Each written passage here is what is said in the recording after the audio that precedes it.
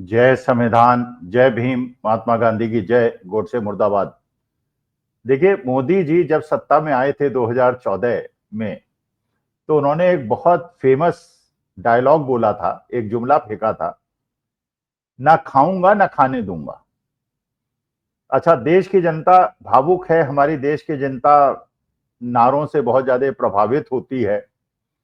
तो हमारे देश की जनता मान गई थी, उन्होंने ये मान लिया था कि मोदी जी एक कितने अच्छे नेता हैं कि ये देश को न बिकने देंगे, न झुकने देंगे, न खाएंगे, न खाने देंगे। देश की जनता ने विश्वास कर लिया।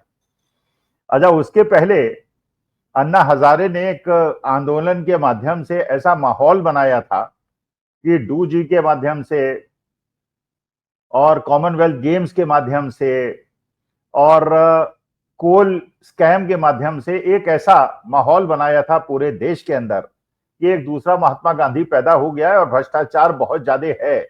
और उसमें विनोद राय जैसे सीएजी के चीफ ने भी महत्वपूर्ण रोल अदा किया था और उसके बाद उनका प्रतिफल उनको मिल गया, इनाम विनोद राय को मिल गया। तो राय साहब को तो, राय बहादुर साहब को तो इनाम मिल गया, लेकिन जो ये मोदी जी का वादा था, ये मोदी जी का जुमला था, ना खाऊंगा ना खाने दूंगा, आज इसकी मैं पड़ताल करूंगा और अपने दर्शक श्रोताओं के सामने पेश करूंगा।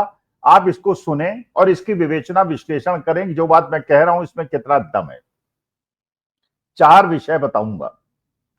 पहला विषय है, महाराष्ट्र के अंदर एक बहुत बड़ा फर्जीवाड़ा देवेंद्र फडणवीस की सरकार करने जा रही थी, जिसको हमारे देश के सुप्रीम कोर्ट ने रोक दिया। अब सोचिए किस प्रकार का फर्जीवाड़ा था।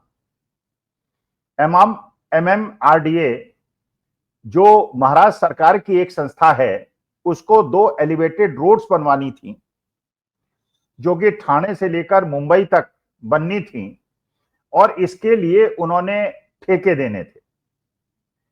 उन्होंने उसके लिए निविदा मंगाई, उसके लिए ऑफर्स मंगाए, उसके लिए कोटेशंस मंगाए और उन कोटेशंस पे 4-5 लोगों ने अप्लाई किया, जिसमें एक एप्लीकेंट एलएनटी जैसी कंपनी थी, लार्सन एंड टूब्रो जैसी कंपनी। आप जानते हैं भारतवर्ष के अंदर इंफ्रास्ट्रक्चर के नाम पे अगर सबसे बड़ी कंपनी और सबसे अच्छी कंपनी अगर मानी जाती है तो वो एलएनटी मानी जाती है। एलएनटी भी उसमें एक आवेदक था और उसमें 3-4 और आवेदक थे। अच्छा, जब ये निविदा पास हुई, संविदा पास हुई और ये फाइनली ऑर्डर प्लेस हुआ, तो ये ऑर्डर एलएनटी को नहीं मिला। ये ऑर्डर मिल गया मेघा इंजीनियरिंग करके एक कंपनी को। अच्छा, मेघा इंजीनियरिंग बड़ी फेमस कंपनी है और ये फेमस हुई थी बाकी कंपनियों के साथ जब चुनावी बॉन्ड का फर्जीवाड़ा पूरे देश के सामने जग जाहिर हुआ था। मेघा इंजीनियरिंग उन कंपनियों में से एक थी जिसने चुनावी बॉन्ड में राजनीतिक पार्टियों को चंदा दिया था और उस चंदे के बदले में सरकारी ठेके प्राप्त किए थे। मतलब बीजेपी को, बीआरएस को और डीएमके, 3 पार्टीज को टोटल चंदा मेघा इंजीनियरिंग ने चुनावी बॉन्ड में दिया 966 करोड़ का, 966 करोड़ का, जिसमें से 585 करोड़ केवल भारतीय जनता पार्टी को दिए गए और बाकी बीआरएस को, डीएमके को दिए गए और इसके प्रतिफल में उन्हें सरकारी ठेके मिले। तो पार्टी को चंदा मिला, चंदा माने घूस मिली, कट मिला, खिलाया गया भारतीय जनता पार्टी को, बीआरएस को, डीएमके को। 70% उसमें से पैसा केवल भारतीय जनता पार्टी को मिला और जो एलिवेटेड रोड बननी थी उसकी गुणवत्ता से समझौता होना ही था कि जब आप इतना पैसा खिला देंगे तो उसके बाद कैसी सड़क बनेगी जो कब बन जाए। जैसे अभी चमोली के अंदर एक ब्रिज गिरा है और बिहार के अंदर रोज खबर आया करती थी पहले कि ये ब्रिज गिर गया, वो गिर गया, नए नए ब्रिज गिर जाते थे, क्योंकि अगर कोई चुनावी बॉन्ड में चंदा देगा तो मानी बात है कि गुणवत्ता में समझौता करेगा, समझौता करेगा तो हमारे जैसे भेड़ बकरियों की जान जाएगी, सामान्य जनों की जान जाएगी और राजनीतिक दल उस पैसे के माध्यम से चुनाव प्रचार करेंगे, चुनाव जीतेंगे और खाएंगे भी और खाने भी देंगे। अच्छा, जब ये एलएनटी को पता चला कि भाई ये ठेका हमको क्यों नहीं मिला, तो उन्होंने जानने का प्रयास किया। तो उनको ये बताया गया एमएमआरडीए द्वारा कि आपकी जो कोटेशन था उसको हमने रिजेक्ट कर दिया था। तो एलएनटी ने कहा कि भाई हमको रिजेक्ट किया था लेकिन हमको सूचित तो आपने किया नहीं। भाई सूचित आपको करना चाहिए, पता तो चले कि किस आधार पे, किस कारण से आपने हमारा जो एप्लीकेशन थी, हमारा जो कोटेशन था, उसको आपने रिजेक्ट किया। अच्छा ये भी पता चला कि जो कोटेशन मेगा इंजीनियरिंग ने दी थी और जो कोटेशन एलएनटी ने दी थी, एलएनटी की कोटेशन 3,100 करोड़ रुपए कम थी। माने 14,000 करोड़ का जो प्रोजेक्ट था, अगर वो एलएनटी को जाता तो एलएनटी 3,100 करोड़ रुपए कम लेती और वो बनाती। और एलएनटी की आप जानते हैं रेपुटेशन है, तो ऐसी चीज बनाती, माने इसका माने 6-7 हजार करोड़ का कम से कम कमाई का उसमें माध्यम था, और एलएनटी भी कमाती और मेगा इंजीनियरिंग भी कमाती। लेकिन 3,100 करोड़ का कम कोटेशन देने के बावजूद ये प्रोजेक्ट एलएनटी को नहीं मिला, मेगा इंजीनियरिंग को मिल गया, क्योंकि उन्होंने चुनावी बॉन्ड में भारतीय जनता पार्टी के खिलाया भी था और खाने की व्यवस्था भी की थी। अच्छा, एलएनटी इसके अगेंस्ट हाईकोर्ट चली गई, मुंबई हाईकोर्ट, और लेकिन वहां पे उनकी जो एप्लीकेशन थी वो रिजेक्ट हो गई। फिर वो माननीय सुप्रीम कोर्ट के पास गई और सुप्रीम कोर्ट ने इस पे रोक लगा दी। तो सुप्रीम कोर्ट की कृपा से कम ये जो एक बड़ा घोटाला होने वाला था महाराष्ट्र के अंदर, खाया भी जाने वाला था और खिलाया भी जाने वाला था, उसको माननीय सुप्रीम कोर्ट ने रोक दिया। एक घटना तो ये। अब आप देखिए, एलएनटी जैसी कंपनी को 3,100 करोड़ रुपए कम कोट करने के बावजूद ठेका नहीं मिलता, और उस कंपनी को ठेका मिल जाता है जो कि ज्यादा पैसा कोट भी करती है, लेकिन क्योंकि उसने चुनावी बॉन्ड में पैसा दिया है इसलिए उसको ठेका मिल जाता है। तो हमारी आपकी जान तो ऐसे ठेकेदार और ऐसे खाने वाले और खिलाने वालों के हाथ में है। लेकिन चलिए, सुप्रीम कोर्ट ने रोक दिया, नंबर एक। नंबर दो, आइए, झारखंड गोड्डा के अंदर एक पावर प्रोजेक्ट लगा, अडानी जी का प्रोजेक्ट लगा झारखंड में। पॉल्यूशन हुआ झारखंड में, जंगल कटे झारखंड में, बिजली पैदा हुई झारखंड में, लेकिन वो बिजली दी किसको गई? बांग्लादेश को। और कब दी गई? जबकि शेख हसीना बांग्लादेश की प्रधानमंत्री थी। तो इसका मतलब यह है कि नुकसान किसका हुआ? झारखंड का हुआ, गोड्डा का हुआ। बिजली किसको मिली? बांग्लादेश को मिली। अच्छा, जो कॉन्ट्रैक्ट हुआ बिजली के दामों का अडानी जी के बीच में और बांग्लादेश गवर्नमेंट के बीच में, वो इतनी ज्यादा दामों में हुआ कि बांग्लादेश के अंदर भी असंतोष पैदा हुआ कि भाई इतने ज्यादा दाम पे आप पावर क्यों खरीद रहे हैं। लेकिन अब शेख हसीना जी का महानुभाव से अच्छे संबंध थे, दोस्ताना संबंध थे, इसलिए वो कॉन्ट्रैक्ट हो गया, अडानी जी को फायदा हो गया। नुकसान झारखंड का हुआ, फायदा अडानी जी को हो गया।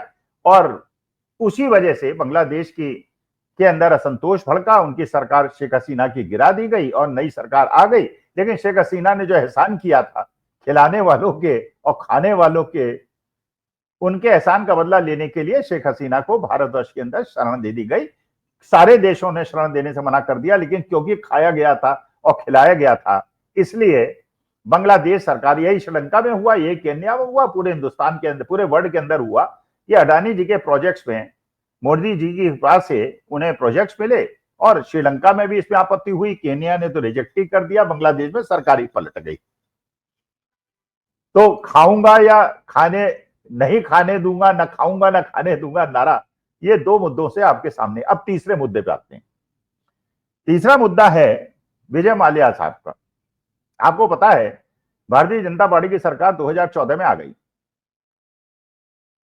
बड़े बड़े पूंजीपति थे, बड़ा नाम हुआ करता था। किंगफिशर एयरलाइन नाम की एक बड़ी एयरलाइन, लाल लाल ड्रेस पहन के बड़े सुंदर हवाई जहाज किंगफिशर के हुआ करते थे। विजय माल्या इसके पहले किंगफिशर बियर और उनकी ब्रेवरीज की बहुत बड़ी कंपनी थी, और बड़े पैसे वाले और बड़े आलीशान जीवन जीने वाले विजय माल्या एयरलाइन शुरू की, बड़ी शान शौकत की एयरलाइन शुरू की। लेकिन उसके बाद अचानक भारतीय जनता पार्टी की सरकार आने के 3-4 साल के बाद वो देश छोड़ के चले गए। अब भाग गए या चले गए या भगाए गए, ये आपके विवेक पे डिपेंड करता है। तथ्य मैं आपके सामने प्रस्तुत कर सकता हूं। अभी विजय माल्या साहब ने 2 दिन पहले विदेश में जाके एक पॉडकास्ट किया है और यह बताया है कि उनका भारत छोड़ के भागने की कोई मंशा नहीं थी, कोई इच्छा नहीं थी, देश को धोखा देने की कोई इच्छा नहीं थी।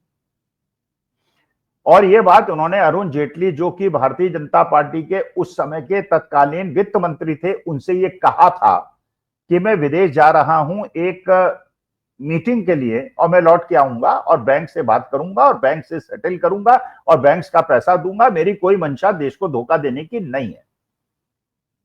चले गए। और उसके बाद उन्होंने ही बताया, विजय माल्या ने, कि जब मैं बाहर चला गया तो उसके बाद मेरा इंडियन पासपोर्ट रद्द कर दिया गया। अब क्योंकि इंडियन पासपोर्ट रद्द कर दिया गया तो मैं भारत वापस आ नहीं सकता था। इधर भारतवर्ष के अंदर गोदी मीडिया ने फैलाना शुरू कर दिया कि विजय माल्या देश को छोड़ के भाग गए, धोखा दे के भाग गए, पैसा लूट के भाग गए। कहने लगे मैं वापस आ नहीं सकता था, जवाब दे नहीं सकता था, इसलिए विदेश में ही मैं अदालतों का सामना कर रहा हूं, लेकिन मेरी कोई मंशा देश से धोखा देने की नहीं थी और आज भी मैं हिंदुस्तान आके सेटल कर सकता हूं, पैसा वापस कर सकता हूं, अगर मेरा पासपोर्ट मुझे वापस मिल जाए। अच्छा, अरुण जेटली साहब ने पहले तो इस बात से इनकार किया, उन्होंने कहा नहीं, मेरी तो ऐसी कोई बात नहीं हुई थी विजय माल्या से। अब तो खैर स्वर्गीय हो गए हैं, उनकी आत्मा को शांति मिले। लेकिन बाद में जब बताया गया कि ये तो फोटोग्राफ्स हैं, सीसीटीवी में है कि आप मिले थे, उन्होंने कहा मैं मिला तो था। तो इसका मतलब यह है कि एक तो ये विजय माल्या का केस, जिसमें अंत में यह सिद्ध हो रहा है कि विजय माल्या इंटेंशन नहीं थी भागने की, लेकिन उनको इसलिए भगाया गया और भारत वापस नहीं आने दिया गया। उनके पास कुछ ऐसे राज थे, किस किस को उन्होंने पैसा दिया, किस किस राजनीतिज्ञों को पैसा दिया, शायद उनके पास वो प्रूफ्स भी थे कि अगर भारतवर्ष के अंदर इनके ऊपर या इन्होंने कोई केस कर दिया तो वो सारे पर्दे फाश हो जाएंगे, सारे राज खुल जाएंगे। इसलिए उनका पासपोर्ट कैंसिल करके उनके भारत वापस आने के रास्तों को रोक दिया गया। अच्छा, एक बात और फैलाई गई, जब ये फंस गए भारतीय जनता पार्टी वाले, खाऊंगा ना खाने दूंगा वाले, तो उन्होंने कहा ये तो 2014 के पहले जो कांग्रेस ने लोन दिए थे उसकी वजह से ये सब डिफॉल्ट्स हुए और विजय माल्या, मेहुल चोकसी, नीरव मोदी, ललित मोदी और 50-60 और लोग जो देश छोड़ के 3-4 लाख करोड़ की धोखा देके भागे हैं, ये क्योंकि कांग्रेस ने लोन दिया था, इसलिए हमारी गलती नहीं है, कांग्रेस की गलती है। जबकि आप जानते हैं, कोई भी वित्तीय विषय का जानकारी जानेगा कि अगर 2014 तक कोई फ्रॉड हो रहा था और अगर वो फ्रॉड 2014 में सरकार बदलने के बाद पकड़ लिया गया होता, तब तो वो दोष कांग्रेस को दिया जा सकता था। लेकिन अगर 3 साल तक वो फ्रॉड चलता रहा और उसके लोन डिफॉल्टर के बढ़ा बढ़ा के दिए जाते रहे, तो इसका मतलब ये व्यवस्था पहले थी, वही व्यवस्था बाद में रही, और बल्कि बाद में जिसने और लोन दिए हैं, ये जानने के बावजूद कि वो आदमी फ्रॉड है, वो ज्यादा बड़ा दोषी है। अच्छा, अब ये विजय माल्या ने तो पर्दाफाश कर दिया। अब ये खबर आ रही है कि ललित मोदी, मेहुल चोकसी और नीरव मोदी भी पर्दाफाश करने वाले हैं और वो भी पॉडकास्ट करके ये बताने वाले हैं किस प्रकार से उनको भगाया गया, किस प्रकार से उनको दोषी बताया गया, केवल अपनी इमेज को बचाने के लिए, और उन लोगों को बलि का बकरा बना दिया गया। जबकि वास्तविकता ये उनके हिसाब से शायद जो विजय माल्या ने कहा है और जो ये लोग कहने वाले, तो देश हित में क्या है, राष्ट्र हित में क्या है? राष्ट्र हित में है कि इन लोगों को भारत वापस लाया जाए, अगर ये लोग आना चाहते हैं। और ये कह रहे हैं इन्होंने चोरी नहीं की है, कोई धोखा नहीं। देखिए, कंपनी का सिख होना एक अलग मुद्दा है और धोखाधड़ी एक अलग मुद्दा है। अब मुझे नहीं पता, मैं बैंक ऑफिसर तो हूं नहीं, मुझे नहीं पता कि इंटेंशनल डिफॉल्ट है या अनइंटेंशनल डिफॉल्ट। भाई कंपनी सिख हो गई, आदमी सिख हो गया तो उसमें उसकी कोई गलती थोड़ी है। लेकिन अगर कंपनी सिख नहीं है और प्रोमोटर पैसा लूटना चाहता है बैंक का और देश के लोगों का, तब वो दंडनीय अपराध है, फिर उसको जेल के अंदर जाना चाहिए। जैसे रामलिंगा राजू सत्यम के केस में इतने साल से जेल में है और वो चोरी पकड़ी गई थी कांग्रेस के जमाने में, पैसा फांसी में चढ़ा था कांग्रेस के जमाने में।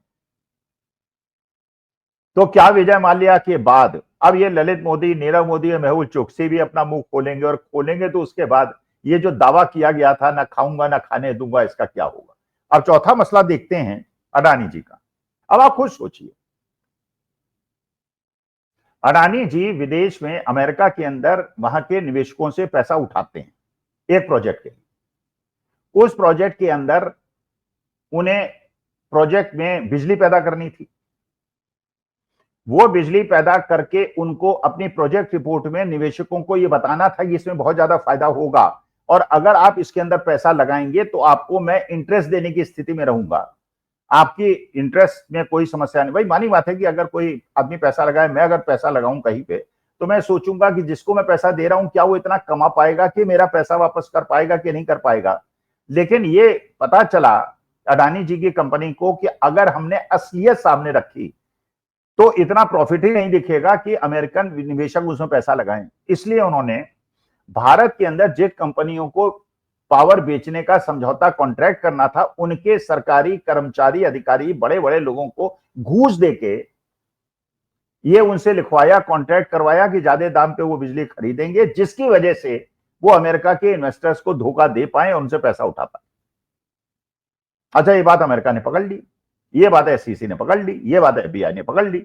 अच्छा, 2-2.5 साल उन्होंने इन्वेस्टिगेशन किया। अब मानी बात है कि जो कल्प्रिट थे उन्होंने क्या किया कि अपनी सारी जितने ईमेल्स थी और सारे कॉरेस्पॉन्डेंस थी उसको डिलीट कर दिया। लेकिन वहां की टेक्नोलॉजी आप जानते हैं, उन्होंने टेक्नोलॉजी से पकड़ लिया, जो चीज डिलीट थी उनको पकड़ लिया, उनको वो कर दिया और वहां के कोर्ट में जाके पेश कर दिया कि इस प्रकार से अमेरिकन निवेशकों को धोखा देने की इंटेंशन से भारतीय कंपनियों से ज्यादा दाम पे खरीदने के कॉन्ट्रैक्ट किए गए और इनकी मंशा थी अमेरिकन निवेशकों को धोखा देने की। अच्छा, वहां के कोर्ट हमारे कोर्ट जैसे नहीं, हमारे यहाँ तो एफआईआर हो गई, कोर्ट हो गया, प्रूव कीजिए आप इनोसेंट है। उन्होंने पहले सारे डॉक्यूमेंट्स को कोर्ट्स ने देखा, जब माना कि इसमें दम है तब उन्होंने सम्मन इशू किए, वारंट इशू किया गौतम अडानी जी, उनके भतीजे और बाकी लोगों के लिए। अब ये प्रश्न उठता है कि अगर खाऊंगा या ना खाने दूंगा वाला अगर जुमला सही होता तो पहली प्रतिक्रिया देश के सत्ताधीशों की यह होती कि अगर अमेरिका ने पकड़ा है और भारतीय सरकार के सरकारी कर्मचारी बड़े पद पे जो बैठे हुए हैं उन्होंने घूस लेके ये हेराफेरी की है तो उनकी जांच होती, सीबीआई ईडी उनके यहां जाते, पर राजनीतिज्ञों के तो चले जाते हैं, अपोजिशन वालों के चले जाते हैं, लेकिन इन अधिकारियों के यहां कोई ईडी सीबीआई की रेड नहीं हुई। क्यों नहीं? इसलिए क्या इसलिए नहीं हुई कि उन लोगों ने पैसा जो लिया था वो भी उन्होंने अपने राजनीतिक आकाओं को दिया था और उनकी पोल न खुल जाए इसलिए जांच नहीं हुई, या खाऊंगा और खिलाऊंगा भी वो वाला नारा ज्यादा चरितार्थ था जिसकी वजह से इसकी जांच नहीं की। तो आप चारों केस देख लीजिए, चारों केस में आपको लगेगा, चाहे ये एमएमआरडीए वाला केस हो, चाहे ये गोड्डा झारखंड वाला केस हो, चाहे ये विजय माल्या वाला केस हो, चाहे अडानी जी वाला केस हो, आपको चारों केसेस को पता चलेगा कि 2014 के बाद खुला खेल फर्रुखाबादी चल रहा है, खूब पैसा कमाया जा रहा है, चाहे पीएम केयर फंड में पैसा लिया जाए, चुनावी बॉन्ड में पैसा लिया जाए, पैसा लेके ठेके दिए जा रहे हैं और ठेके दिए जा रहे हैं, पैसा लेके किया जा रहा है। और अब तो ये पता चल रहा है कि जो हम लोगों ने वैक्सीन ठुकवाई थी, अपने शरीर को नष्ट किया था, उसमें भी चुनावी बॉन्ड का पैसा था और पता नहीं कौन सी वैक्सीन हमको दिला दी गई। और आज की तारीख में पता चल रहा है 28-28, 30-30 साल के बच्चे दुकान में बैठे हुए और जिम में जाते हुए और सड़क चल पास करते हुए अचानक उनको हार्ट अटैक आ रहे हैं और उनकी मौत हो रही है थोड़े से पैसे के लिए। हमारे नौजवानों के साथ हमारी देश की जनता से इतना बड़ा धोखा हुआ है, कृपा करके इस पे विचार कीजिए और ये सोचिए कि जो नारा आपको धोखा देने के लिए दिया गया था, खाऊंगा ना खाने दूंगा, वो वास्तविकता में खाऊंगा भरपूर और खिलाऊंगा भरपूर। नमस्कार, धन्यवाद और प्रणाम।